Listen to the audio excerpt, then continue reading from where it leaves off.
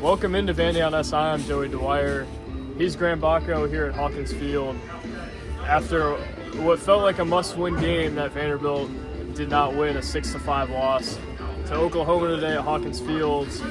Graham, we're going to get into some seeding or some NCAA tournament stuff, which I think you probably have a little better insight on, but you've done the research on it. I want to start here. I thought Tim Corbin was as introspective as I've ever seen him after a loss today. He almost took it as an opportunity to make this a referendum on the season, which I was certainly not expecting. I thought he'd go 1 minute and he'd be pretty upset. Today he went, I think, almost 8 minutes. And he talked about big picture things. He talked about what went wrong this weekend. He didn't really combat any ideas that anybody had about anything. It was really interesting to look. Where he's talking a lot big picture about how he's got to fix some things. And Charles asked him, Are you at a point where you feel like this is fixable? And he said, we've got to fix it. Right. So we're halfway through. Right. The message of hope, he said, was they were well below 500 in 2012. Obviously, that season turned. But, Graham, this one, they're going to have a lot to think about. Their margin for error just shrunk significantly. First, tell me what you thought about Corbin and his messaging. Well, I mean, I thought it was, certainly, like you said, pretty surprising, to be honest. I mean, last night, I think after the Game 2 loss last night, it was about 2-3 minutes that we talked to him for. Probably the same amount of questions, too, or close. Yeah, pretty much. And it's like, he had a lot more shorter responses. And then, of course, today, like you said, it was much longer. I was certainly surprised. Thought he's probably, I guess, better mood than I would have expected. And because, I guess, that sort of led to maybe his introspection, I guess you could say. And so, no, I thought it was very interesting. He certainly seems like, I don't know, there's maybe a heart-to-heart coming with the team or something at some point soon, it feels like. I mean, you look at where this team stands halfway through SEC play and, and again, we'll get into the tournament projections, but like the tournament projection right now is going to say that they're out. And so you've got quite a bit of things to figure out from, you got your offense that you got to get more disciplined, more consistent. You've got your pitching, especially the day 3 starter stuff figured out. I mean, you got quite a bit of things to fix, and also the pitching errors as well. I mean, errors by pitchers. I mean, that's just a few just significant things that you need to get fixed in these next 5 weeks before you go to Hoover. And boy, who knows what's going to happen, behind the scenes in the classroom and all this, as you prepare for all these other series. But it feels like just the way in the tone that Corbin was talking in sort of felt like maybe a heart-to-heart kind of team meeting-esque type of thing it could be coming as they look forward to the rest of the year. But man, no, it's certainly interesting. Yeah, I thought it was interesting too. I asked him about pressure and positivity and how loose they were and things along those lines. And I thought he had a really interesting admission where he said, I didn't think we saw this coming today. Yeah, he did. I think he thought they were going to win this game based off of how they prepared. Right. And I almost wonder if that was part of why he was maybe more at peace with this thing, just because I think he thought they did what they could to win. He said he thought Chris Maldonado and Mac Whitcomb, when they got up in the 9th, were going to do something. It looked for a tenth of a second like Maldonado might have driven it to the gap and maybe changed the game. But he didn't, and Vanderbilt's going to have to really do some soul searching here. I don't know if you've felt this before, but that was the first time, I think in my time on the beat, where Tim Corbin has been in the presser and been straight up about the idea that there are problems. Yeah, that's a good point, yeah. And that was interesting to me. That in some ways that tells me he's at peace with kind of how this has trended. At some points that's just him addressing the inevitable elephant in the room, that this has not gone the way that he would have liked for it to go. I mean, you've seen times where he's been talking about, I'm not going to talk about the whole series, or I'm only going to talk about this game, or I'm only talking about this weekend, I'm not talking about the whole season. There really wasn't anything off limits today. No. And I don't know that I'm at a point yet where I fully understand what that means or the significance of that. But in a lot of ways, I know that it's significant. And I think maybe what it just boils down to is this has hit a point where I think that he can't not acknowledge what's in front of him. Yeah, you can't ignore it. And I think probably the biggest thing there is the regional streak's in jeopardy. And I thought he actually gave a decent answer to the question about that the other night, where he just talked about you can't worry about that kind of thing. Right.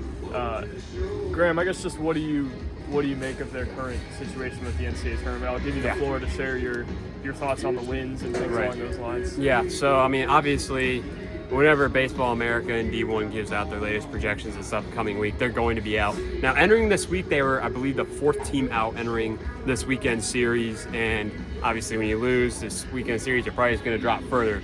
So looking at their schedule, looking at their SEC record, which is now 7-8, I figure if you're Vanderbilt, you want to make it 15-15 or better. I think if you're an SEC team, especially sort of like a brand college baseball team like Vanderbilt, if you go 15-15 in the SEC, you should be fine to make the NCAA tournament. Games. So I think that's sort of the magic number that you're looking for. The question is, can they get there? Because you got a series that, well, first of all, 3 of the next 4 on the road, which, by the way, they have not won a road series, I don't believe, all season. They have really struggled on the road. When you think about the Mississippi State series, think about the A&M series. Those are some really. Won at a neutral site. Arlington and Vegas. They beat Texas Tech in Arlington, but they didn't. Yeah, that was the only time they won. Right, yeah, they're 1-5. 2-10 away from Hawkins Field this whole year. I mean, that speaks for itself. And so you got 3 of the next 4. You got Kentucky on the road, Texas at home, Alabama on the road, and I believe Missouri on the road. So I mean, you got to start to make some statements, especially between the Texas and Alabama series, because if you start to do the math and you lose at least 2, if not 3 of them, then you're looking towards what? I mean, 7-8, then you're probably looking towards 12 losses, which means you're going to start to have to basically be forced to win the Kentucky series next week and at least sweep one of South Carolina or Missouri to end the season and win the other series as well, of course. So it's like the pressure's going to keep heating up. And if you can't win next week at Kentucky, you can't get 2 out of 3, the pressure's just going to keep ramping up because Alabama and Texas are 2 teams in the SEC that are probably, I would say, probably best positioned maybe to get double byes right now, looking at the bracket and all that. So I mean, yeah, it's something else, because if you're 14-16 or less, 14-16 is probably towing the line right there, and you're gonna have to start to go on a run in the SEC tournament, which just with the pitching struggles and everything that they've dealt with, like, I don't know how sustainable it is, because you're sort of, and again, we talked about this at the presser today, like, it sort of puts pressure on the offense to do so much and score so much time and time again. It's like, it's not a sustainable method of winning.